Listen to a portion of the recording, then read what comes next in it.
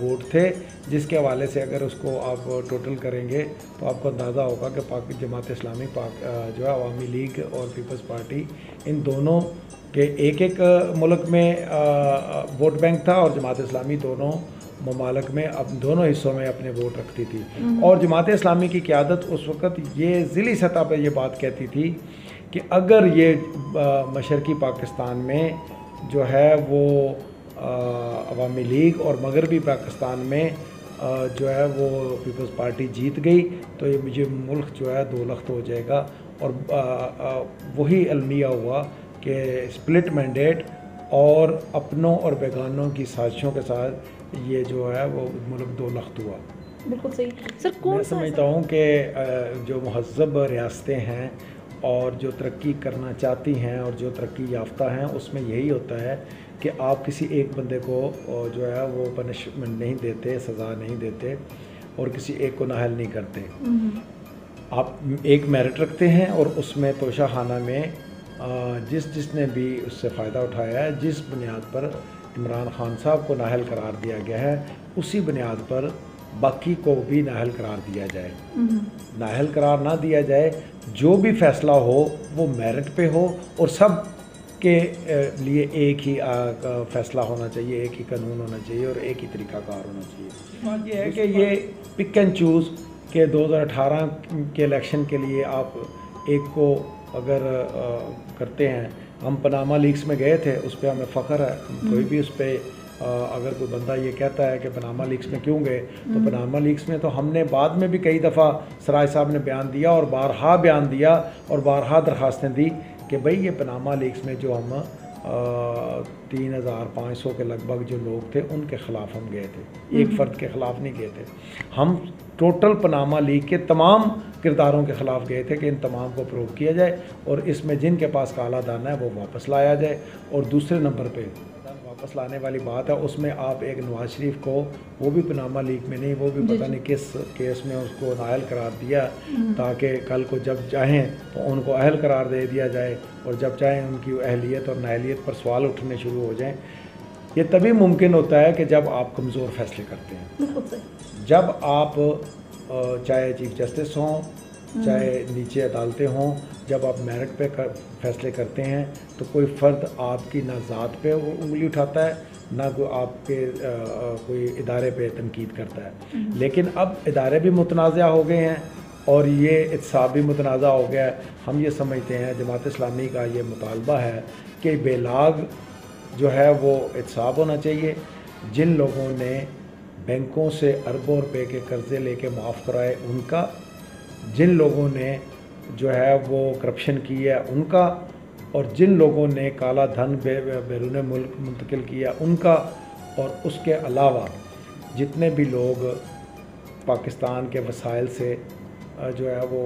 ہاتھ اس سے دھوتے رہے ہیں اور اس کو لوٹتے رہے ہیں، ان سب کو کٹہرے میں لایا جائے، تو میں نہیں سمجھتا کہ عوام کو اس پہ کوئی اعتراض ہوگا۔ سر، جس طرح سے نگران سیٹ اپ آیا ہے، اسے نگران سیٹ اپ کا کام جو ہے وہ اکارڈنگ ٹو لا الیکشن کروانا ہے، لیکن نگران سیٹ اپ کا معیشت پر میٹنگ بلانا یا مختلف کاموں میں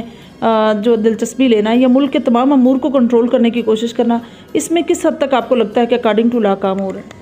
میں سمجھتا ہوں جی کہ دیکھیں، وہ اگر کوئی معیشت میں بہتری کی جا سکتی تو وہ تو ضرور کرنی چاہیے، چاہے بندہ 10 دن کے لیے آئے یا 20 دن، لیکن نگران حکومت کا کام یہ ہے کہ وہ 90 دنوں میں الیکشن کرائے اور وہ 90 دن میں الیکشن کرا کے تو وہاں سے فارغ ہو۔ اچھا، اگر انہوں نے سی سی آئی کی میٹنگ بلوانی تھی مشترکہ مفاد کونسل کی، تو پھر وہ یہ میلافائڈی ہے، ان کی بدنیتی ہے کہ انہوں نے اس وقت میٹنگ بلائی کہ جب ان کو پتہ ہو کہ اب ہم اس کے جو سینسز کروائے گئے ہیں، جو مردم شماری کی گئی ہے، اس کے نتائج کو انہوں نے اس وقت جو ہے وہ انڈوز کیا، پاس کیا، ان کی منظوری دی، نوٹیفیکیشن کیا، کہ جب اس کے بعد 1 مہینے کا ویسے ان کو لیوریج لینے کی کوئی تو اس میں توقع نظر آتی ہے۔ تو میں یہ سمجھتا ہوں کہ یہ ان کی بدنیتی تھی، یہ جو گزشتہ ایک مرکب تھا حکومت کا، جس میں ساری حکومتیں، ساری پارٹیاں مل کے، جو کہ 70 سالوں سے جن پارٹیوں نے، جن خاندانوں نے اس ملک کو لوٹا ہے، اور جو وجہ ہے جو ہے یہ زوال ہے پاکستان کی، وہی جو ہے وہ پیچھے 1.5 سال وہ، اور پھر وہی خاندان 3-3.5 سال پہلے اقتدار میں رہے ہیں. یہ سب جو ہے یہ کھوٹے سکے ہیں جو پہلے آزمائے جا چکے ہیں. یہ 2-3 ہزار خاندان جو ہیں، اگر ان کو عوام رد کرے، ان کو مائنس کرے، تو تب جا کے جو ہے وہ پاکستان کی جو ہے وہ ریاست ترقی کر سکے گی. اور عوام کو یہ چاہیے کہ وہ اپنے جیسے حکمران جو اس طرح کے ماحول میں رہتے ہوں، جو اس طرح کا کھانا کھاتے ہوں، جو اس طرح سے اپنا گزر اوقات کرتے ہوں جس طرح سے عوام کرتی ہے، تو پھر ان کو منتخب کریں گے تو ان کو ان کے مسائل کا پتہ ہوگا. لیکن جو اپوزیشن میں ہوں تو انگلینڈ، امریکہ اور فرانس میں چلے جاتے ہیں، اور جب اقتدار میں ہوتے ہیں تو بریف کیس لے کے تو پرائم منسٹر ہاؤس میں آ جاتے ہیں. ان لوگوں کے موجودگی میں کبھی بھی یہ ملک ترقی نہیں کر سکے گا. بالکل صحیح. سر آپ کے حلقے کی طرف آتے ہیں اور بات آپ کے حلقے کی کرتے ہیں کہ آپ کو کیا لگتا ہے کہ کمپٹیشن کے اعتبار سے جس طرح سے عمران خان صاحب کو نااہل کر دیا گیا ہے، اور جمہوری نظام کا بھی کہتے ہیں، پیپلز پارٹی کا اپنا کینڈیڈیٹ ہوگا، مسلم لیگ نون کا اپنا کینڈیڈیٹ ہوگا، جماعت اسلامی کا اپنا، اسی طرح سے تحریک لبیک کا اپنا کینڈیڈیٹ ہوگا، رزلٹ آپ کو NS-62 کا جو NS-62 ہے موجودہ میں بھی چینج کر دیا جائے تو اس کا کیسا نظر آتا ہے؟ یہ مقابلہ کس کے ساتھ نظر آتا ہے؟ ابھی تو دیکھیں جی، حلقہ بندیاں نہیں ہونے کی توقع ہے، جو کہ گورنمنٹ کا جو موڈ نظر آ رہا ہے نگران گورنمنٹ کا، کہ وہ نئی حلقہ بندیاں کرنی چاہ رہی ہیں. چاہے ہم جتنا مرضی شور ڈالتے رہیں کہ 90 دن میں، جماعت اسلامی کا تو ایک ہی موقف ہے کہ 90 دن کے اندر الیکشن کرایا جائے. لیکن یہ اگر نئی حلقہ بندیاں کراتے ہیں تو یہ نئے حلقے بنیں گے. اس کے بعد یہ ہے کہ اس میں اگر کرپشن آپ دیکھیں تو ماضی میں جتنی بھی جو دھاندلی ہوتی ہے وہ الیکشن والے دن نہیں ہوتی، وہ پری پول ریگنگ پہلے ہوتی ہے. حلقہ بندی جو ہے اس کو جس امیدوار کو جتوانا مقصود ہوتا ہے اس کے مطابق حلقہ بندی کی جاتی ہے، اور وہ حلقہ بندی جو ہے وہ اس کو سپورٹ کرتی ہے، یا جس کو ہروانا مقصود ہوتا ہے اس کا حلقہ خراب کیا جاتا ہے. اس کے بعد یہ ہے کہ حلقہ بندی خراب کرنے کے علاوہ باقی بھی بے شمار سائن ہوتے ہیں کہ جو پری پول ریگنگ میں ہیں، اس میں لمبی تفصیل میں جائیں گے. ہر بندے کو پتہ ہے، ہر شخص کو پتہ ہے کہ پری پول ریگنگ کیسے ہوتی ہے. پھر اس کے بعد یہ ہے کہ جی الیکشن ڈے پہ اور باقی جو اس کا انظام ہے، انصرام جو ہے وہ الیکشن کرانے کا، اس سارے پہ منحصر ہوتا ہے. میں یہ سمجھتا ہوں کہ اگر فری اینڈ فیئر الیکشن کروائے جائیں اور یہ پروسیس اگر یہ آج تک جاری رہتا تو جماعت اسلامی کی گورنمنٹ اس وقت آپ کو اس ملک میں موجود پاتے. لیکن یہ چونکہ فری اینڈ فیئر الیکشن نہیں ہوتا، اس میں بے شمار عوامل شامل ہوتے ہیں، اور کچھ عوام بھی جو ہے وہ اس کی بھی جو ہے وہ ڈائریکشن ابھی تک جو اس طرح سے، اگر آپ بازار میں سودا لینے چلے جائیں، اگر آپ بازار سے چیزیں لینے چلے جائیں، اور اگر آپ، میں یہ معذرت کے ساتھ عرض کروں گا کہ ہر فرد، سرکاری محکمہ ہو، پرائیویٹ محکمہ ہو، کوئی کاروبار ہو، اس میں اگر آپ چلے جائیں تو آپ کو وہاں پہ میرٹ نام کی چیز یا ایمانداری کی چیز نام کی چیز کم ملتی ہے. تو پھر آپ کو جو ہے وہ حکمران بھی اسی طرح کے ملیں گے جیسے کہ ہمارا بیہیویئر ہوگا. اللہ تعالیٰ نے خود کہا ہے کہ جس طرح کے آپ ہوں گے ویسے آپ کے حکمران ہوں گے. یا اگر آپ جس قوم کو آپ اپنی حالت بدلنے کی، علامہ اقبال نے اس کو شعر میں بھی کنورٹ کر دیا. تو میں یہ سمجھتا ہوں کہ جماعت اسلامی کو اگر آپ دیکھیں تو جماعت اسلامی پہ اتنا اعتماد ہے عوام کو. صرف الیکشن فری اینڈ فیئر نہیں ہوتے، فری اینڈ فیئر الیکشن ہوں تو پھر جماعت اسلامی کی حکومت جو ہے وہ ضرور آئے گی اس ملک میں، اور وہی اس کا علاج بھی ہے. آپ دیکھیں کہ سیلاب آتا ہے، زلزلہ آتا ہے تو پوری قوم بمع تمام پارٹیوں کے کارکن وہ اپنے جو عطیات ہیں وہ جماعت اسلامی کی الخدمت فاؤنڈیشن کو دیتے ہیں. اور اس حالیہ جو ہمارے پاس جو اعداد و شمار ہیں پچھلے سال کے، یہ حکومتوں کے اعداد و شمار ہوتے ہیں کہ 19.6 ارب روپیہ پچھلے سال جو ہے یہ بجٹ تھا الخدمت فاؤنڈیشن کا. اب لوگوں کو بتانے کی یہ ضرورت ہے کہ ان کو یہ سمجھ آنے کی ضرورت ہے کہ یہ برادری کی بنیاد پر، نالی کی بنیاد پر، گلی کی بنیاد پر، تھانہ اور کچہری کی بنیاد پر ووٹ نہیں دیا جاتا. یہ جو آپ صدقہ زکوٰۃ اپنا دیتے ہیں، اس سے زیادہ قیمتی یہ ان کا ووٹ ہے کہ جو ملک کے خزانے جو ہیں وہ لٹیروں کو سپورٹ کر دیتے ہیں. اور آپ اگر دیکھیں یہ ان کی لڑائیاں چاہے جانی دشمن نظر آتے ہیں ایک دوسرے کے، لیکن 3-4 قانون سازیاں ہیں جو کہ اسمبلی میں ہوئی ہیں، جس میں PTI, Peoples Party, P D M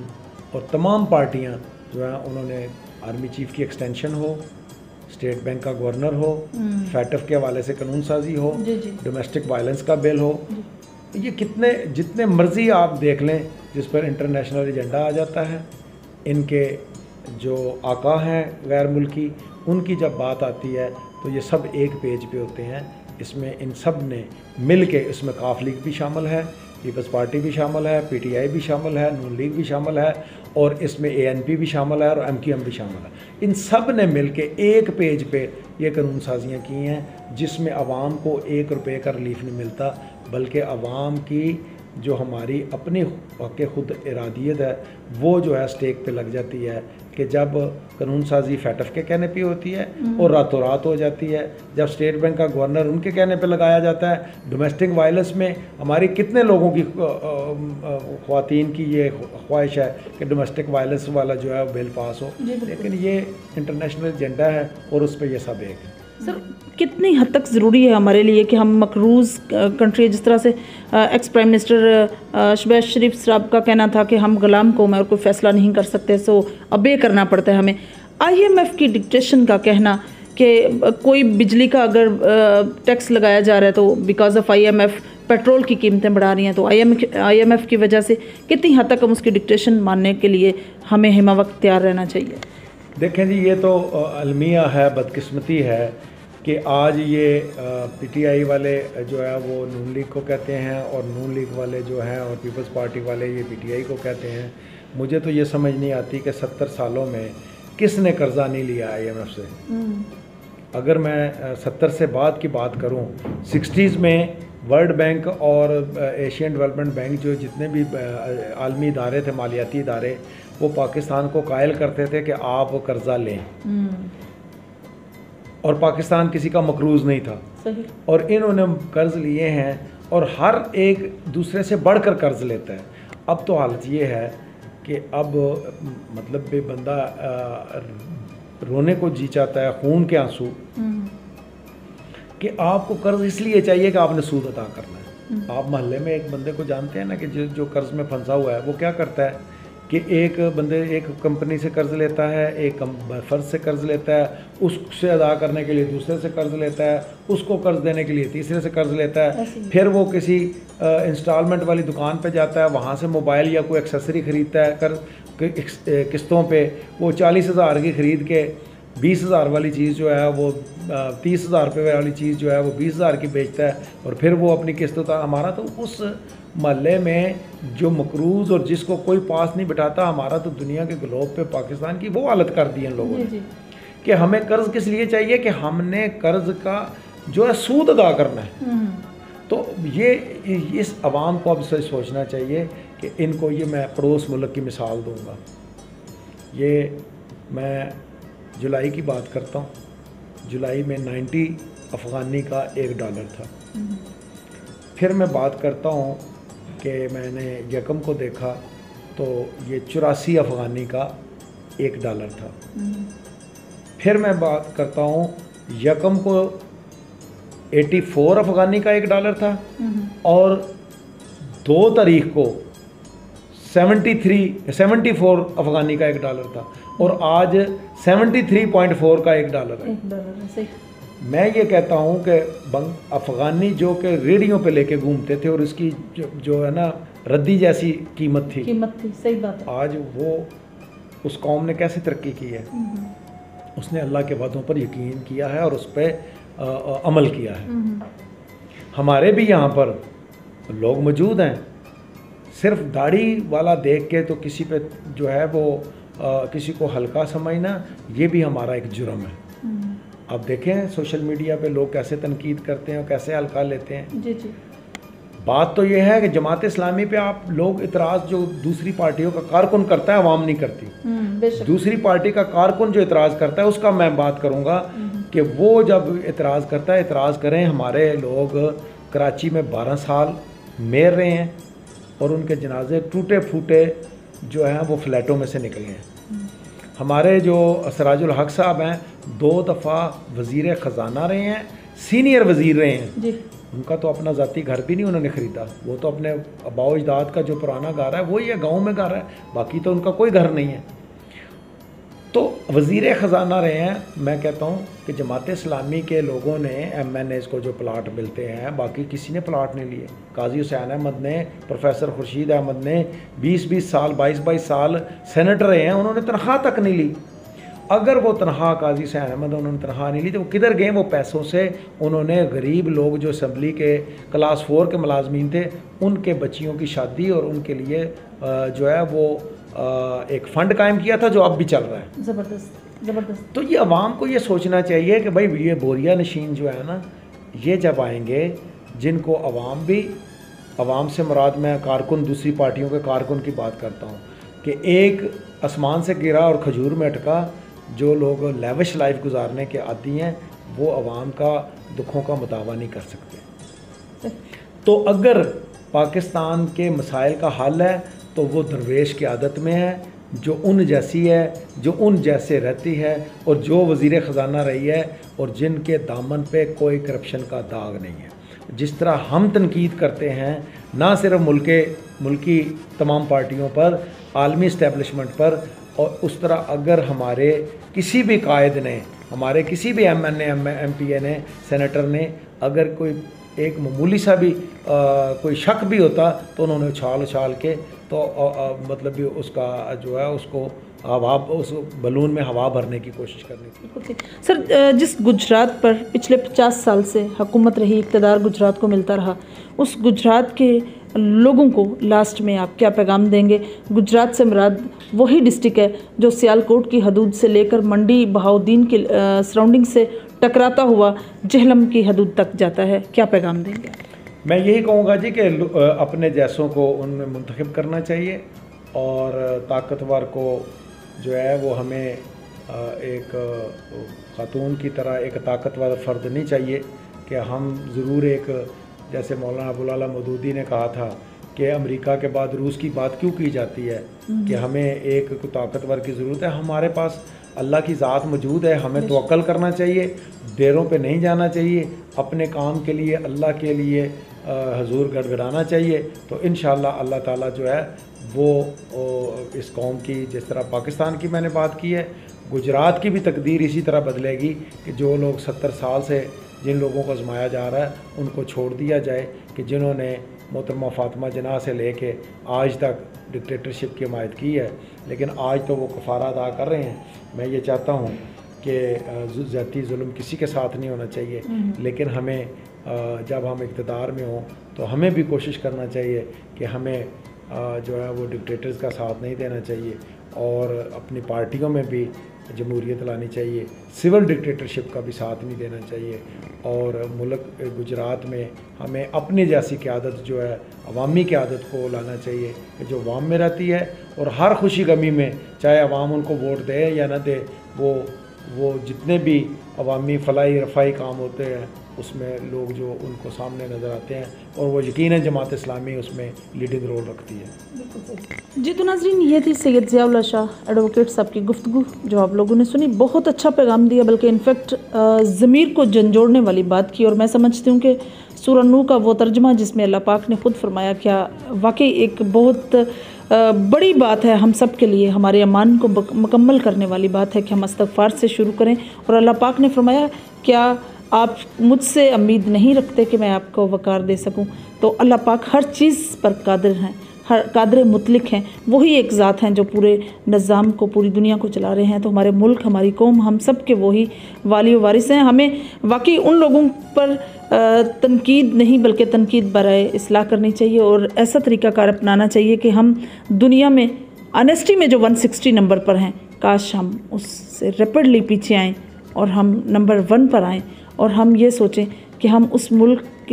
ہم پاکستان کے رہنے والے ہیں اور اللہ پاک کے ماننے والے ہیں اور اس ملک کے رہنے والے ہیں